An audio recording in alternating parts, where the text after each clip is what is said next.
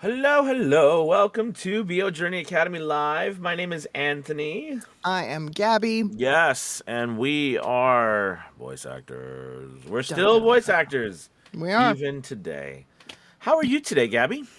I'm good. I had a very productive morning. I am looking forward to the long weekend. Yeah, That's just awesome. just Good doing the deal. things. Yeah. Very nice, very nice. How about Yeah, you? because we have good, busy, lots of stuff going on. Very excited. We have all this amazing things happening at A VO lot of Journey change, Academy. but it's good change. And it Yeah. is wonderful stuff, and so many amazing new people in our community, and Mm-hmm. just continuing to build wonderful relationships with all of them. So yeah, absolutely wonderful. Busy, so it's a good thing. Good thing. We can't complain.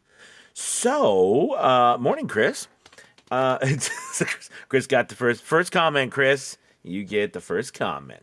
What are we chatting about today? So today's topic is to breathe or not to breathe. This is VO's Journey.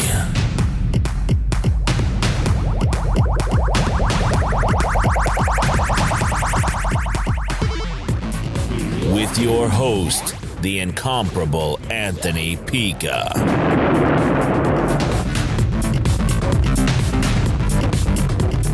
Because really, in voiceover in 2025, that is the That question. is Yeah. the question. I love it.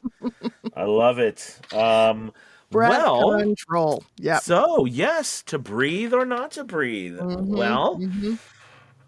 what should we do, Gabby? Oh Should man. we breathe or should we not Oh breathe? man. Oh man. This So is such a fun topic. It's set the changed so scene. much. Set the scene. What is Look, the question? look, Like set first the off, scene. yeah. I remember back in the day when digital audio like first emerged and people realized that you could take out breaths and it became not only the standard, but it was used as a way to speed up time, right? So you could Right. get more copy into the space, like in commercials.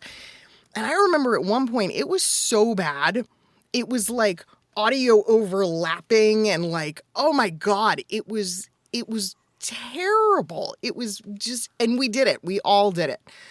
And then, somewhere along the way, people were like, yeah, this is dumb. We don't sound human anymore. Right. And it kind of became the standard to go, okay, let's remove the breaths or reduce the breaths, but not kill the space that the Right. breath resides in. And now with AI, we have gone completely the other direction. And now people are like, wait. See, like the difference between them and us is that we breathe and they don't breathe. So maybe we should leave the breathes. Yeah, you wonder how long. I was just thinking about. I wonder how long before they have AI breathing. Oh, they're going to breathe. They're Like going to just breathe. to I mean, copy I it. feel like I was. it's, but when they first do, I swear to God, that is going to be hysterical It is because going to be. it's going to be so bad. They're going to breathe like in the weirdest places possible, which would be I awesome. wonder what Yeah, the. exactly. I breathed. Uh, Yeah. Okay. So let's. I didn't even know that, Gabby. That's pretty interesting. isn't it funny? That is So, funny. all right. So so first of all, I guess the bigger conversation here is Chris is very excited for. He is raring to go, man. Yes. He was ready Yes. for this today. Um, it really is the larger conversation of breath control and where it starts with the speaker, right? And how it impacts our performance. So, yeah, start with that.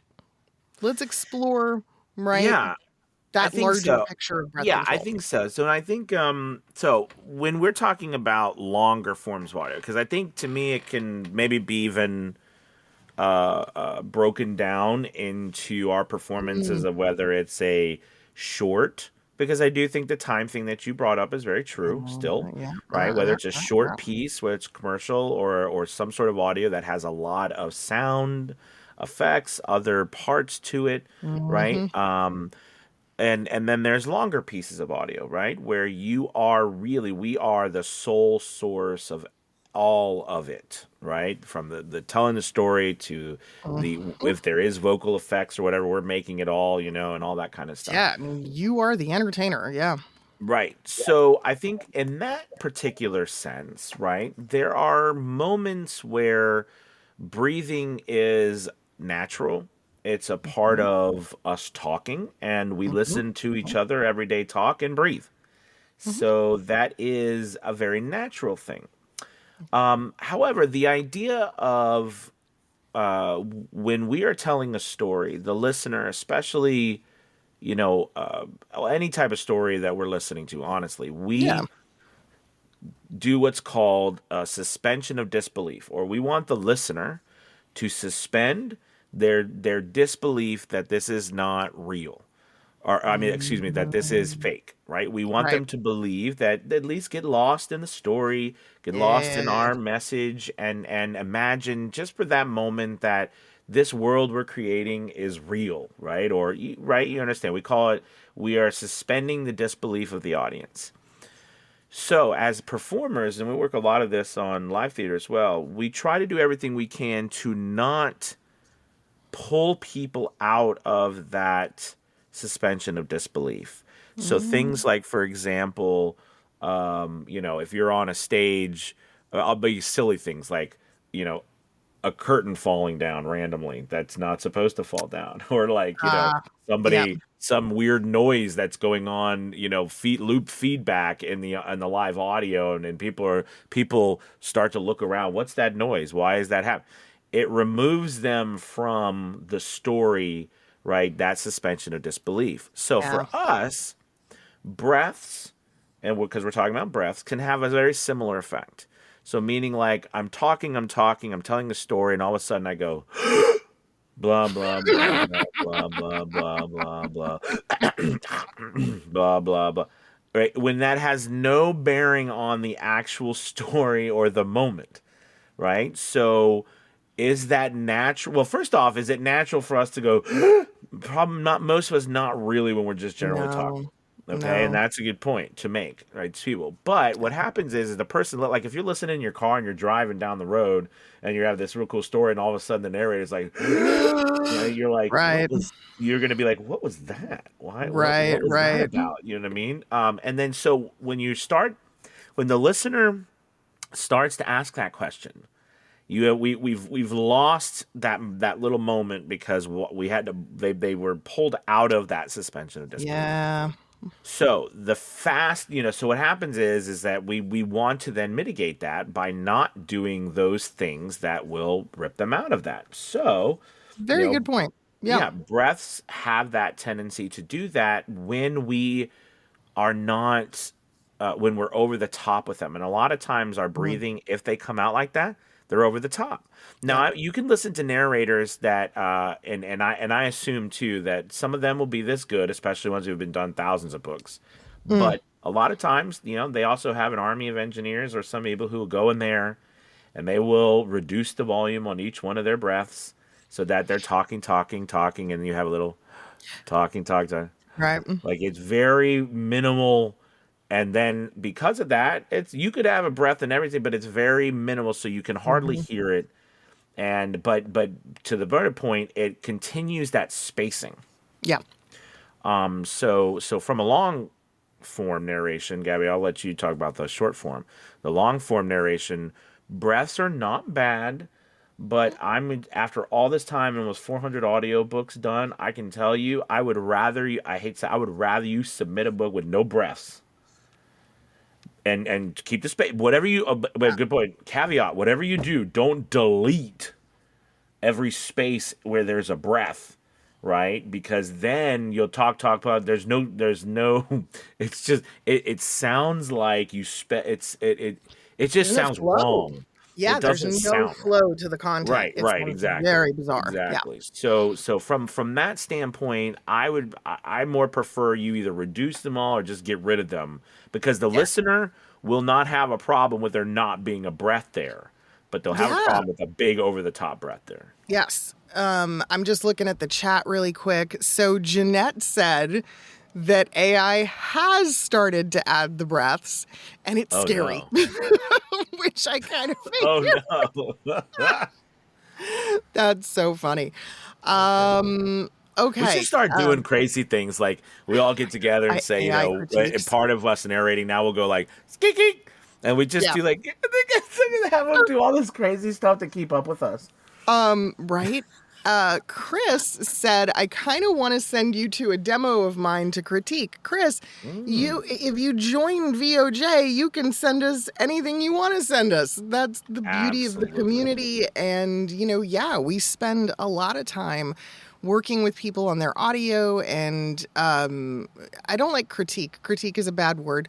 We It's spend feedback. time, We give yeah, feedback. evaluating, Feedback. offering feedback, suggesting, changes and improvements. Absolutely. We try not to critique because that implies we're criticizing. Okay, so on the short form front, I guess, right? Yes. So often in the final job, breaths are removed, but the decision to remove said breaths is not ours. It doesn't belong to the voice actor. Because again, unlike a lot of long form, right? So when you narrate an audiobook, you are the person delivering the Right. final audio for direct to consumer. In a lot of short form, especially commercials, we are not that person. We are not the end deliverer of the material.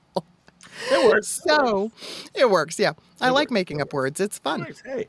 So We started with Shakespeare. Why not? Right? absolutely. Guy knew how to make up some words. He sure did. So we end up delivering the material with the breaths, we don't process, we don't do anything. We actually leave the audio very, very raw, and we let the producer make those decisions. In the end, will they take out a lot of the breath? Absolutely.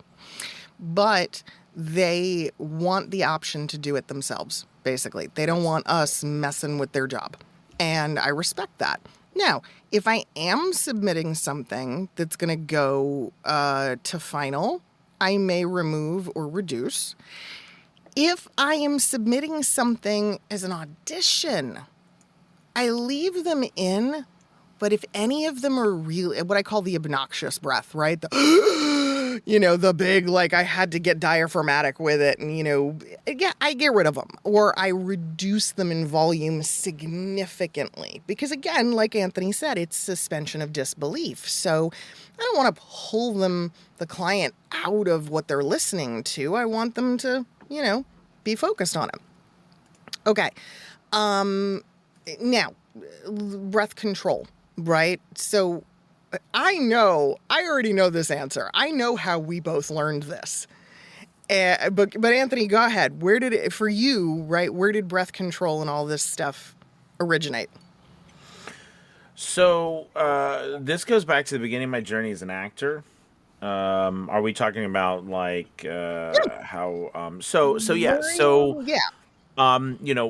one of the very first things that you do as a performer, right, is learn how to control your breathing, use your diaphragm, right, and be able to take in breath, use that breath and exhale and exhale that breath in a manner in which you control, and it's gives you full body, gives you the ability to project. And then it also, helps you get to the back of the end of the seats. I had a challenge with that as I transitioned to a voice actor, because a lot of times because I was trained to be loud, and I'm generally a loud person, that diaphragmatic, I guess if you want to use the word, focus really pushed me to not sound natural for a microphone. Right? It pushed me to be very like I was on a stage, like I'm on a stage now, and and it's it's like Yeah. again, and so I really had to adjust. But yes, that's where the back of my whole trainings came from, was learning how to breathe on stage so that I could perform, I could move Yep. physically, as well as be very clear and concise with my words. So everyone Yep. understood me, and I was still able, though, to move and perform. Yeah. Mine largely originated with chorus, because Chorus, that's, of course. Yes, yeah, chorus, right? A yes. big part of Singing, chorus, choir, singing, any of that stuff, it's all about where you take the breath. I mean, literally, if you're working in a chorus with a conductor, the conductor is telling you where to breathe. Imagine that, right? Mm, So if you've never no. experienced that, it's something, and it's really, really interesting, but it does start to train your brain and your body of where to take your breath. So, breath control for me, I had so much chorus behind me that I didn't have too much of a problem with it unless I got nervous. And then I had to really kind of assess things. But for a lot of people, it really is sitting down with a piece of copy and using your punctuation marks as Yeah. your breathing points and mapping where am I going to breathe. And I know that sounds crazy, but if we don't, that's where we end up with performances that sound really disjointed. Yes. The other thing that I think is important that voice actors learn is the breathe and hold.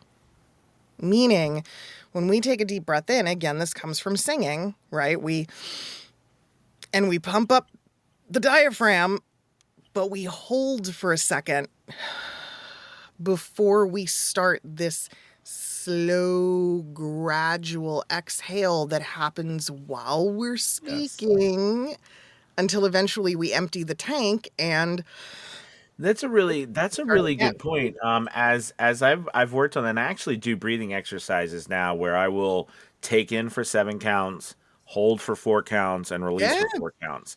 And I box do breathing. this. And what it's done for me actually is, while I narrate, part of what people might, we all know, no matter what you're doing, if you're narrating something and you're narrating along and you lose your Mm-hmm. breath before the end of a sentence, Oh, so then you have to start, but you don't want you. It shouldn't be breath there. Well, the mm-hmm. better you'll get at this, the more this exercises you'll be able to, it will allow you to finish that sentence, and you'll be able to shape your words, even when, like, my breath is going out right now, but I'm still talking and I'm still going, right? Mm-hmm. It does, it is, this whole thing literally is you every single day working on you becoming better at your Mm-hmm. craft. We've got a lot of stuff over here, Gabby. I Oh know my we gosh, we we got have some some fun really, we stuff. also have people all, we've got I Cancun with know us we've today. got We have good. We've got Amsterdam. This is so neat. I love it. All right, years ago, I talked about leaving the space. Made sense to me. Do you use the breath fix in RX? I don't, I don't. yeah, I don't, but I don't I trust mean, it. I don't I don't trust it. either. I never mess with I, anything with breaths because we breathe when we talk too, so it right. can get it messed up.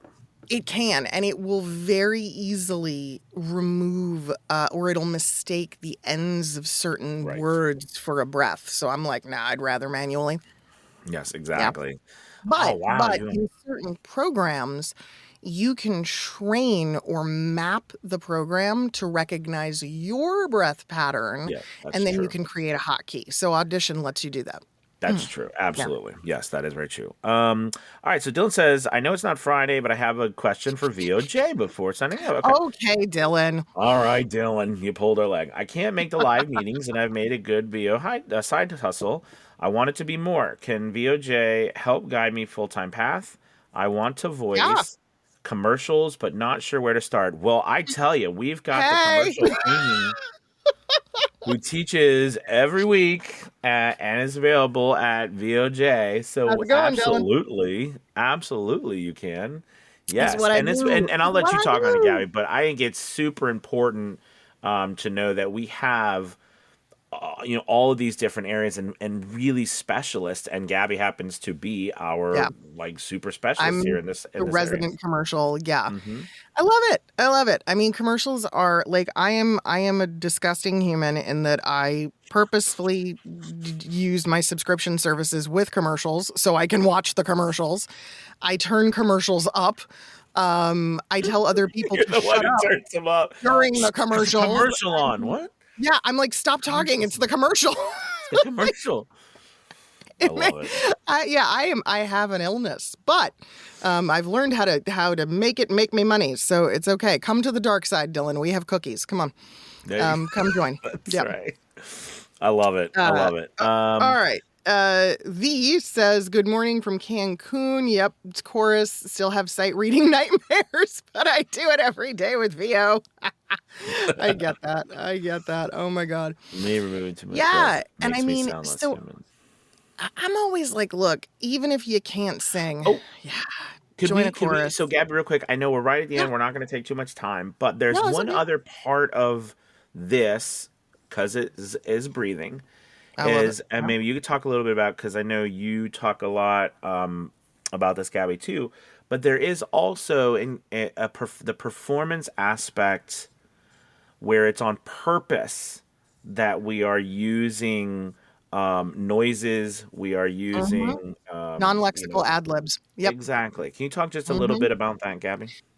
Non-lexicals, man. Again, it is the difference between a person and everything else. And in this day and age of the conversational, normal, relaxed delivery, what we used to think of as mistakes, they're not mistakes anymore, right?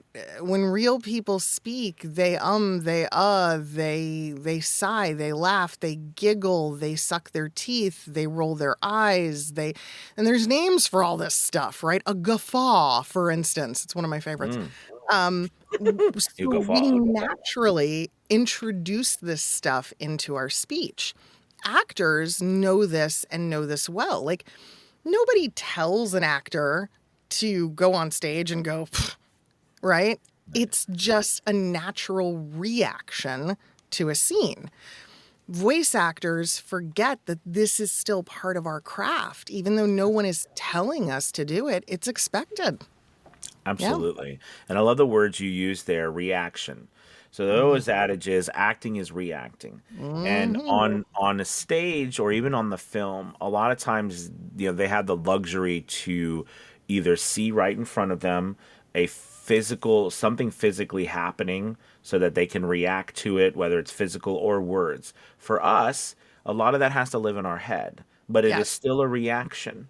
Do you know what I mean? So we're still reacting. We're either reacting to, the prompts that we're given, the storyline that's given to us that we're dealing with, right? Where we're coming from, who our audience is, what I mean? Or in a broader story about what's happening throughout the story. But acting is reacting. I love that, Gabby. I like that word usage. So true. It's so true. Yeah. And John, yes, hi. You have met somebody who gets excited about commercials. That is me. Now you have. It's Mission is complete. Funny thing that all commercial voice actors share in common. It's a story we talk about, is when our family members go, "Oh, I hate commercials." We all look at them and go, "Do you like where you live? Do you like your home and your things? Shut up." We do not. Exactly. We embrace the commercials in our homes. Yes. Well, everybody, what a fun day. This is a great topic and absolutely loved it. And thank you all for being here with us. Yeah, and we will see you tomorrow. What are we talking about tomorrow? Mouth noise. What is it? Mouth noise. Oh my goodness. Yep. Mouth noise. Oy, oy, oy.